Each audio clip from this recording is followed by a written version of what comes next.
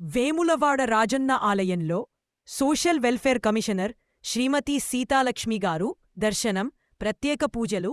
రాష్ట్ర social welfare commissioner IAS అధికారి శ్రీమతి సీతాలక్ష్మి గారు రాజన్న సిరిసిల్ల జిల్లాలోని శ్రీ పార్వతీ రాజరాజేశ్వర దేవస్థానం వేములవాడ రాజన్న ఆలయాన్ని దర్శించుకుని ప్రత్యేక పూజలు నిర్వహించారు. ఈ సందర్భన నాగిరెడ్డి మండపలో వేద పండితులు వారికి ఆశీర్వచనం అందజేశారు. ఆలయ కార్యనిర్వాహక అధికారి ఈవో శ్రీమతి రమాదేవి గారు శ్రీమతి సీతాలక్ష్మి గారికి స్వామివారి ప్రసాదాన్ని అందించారు.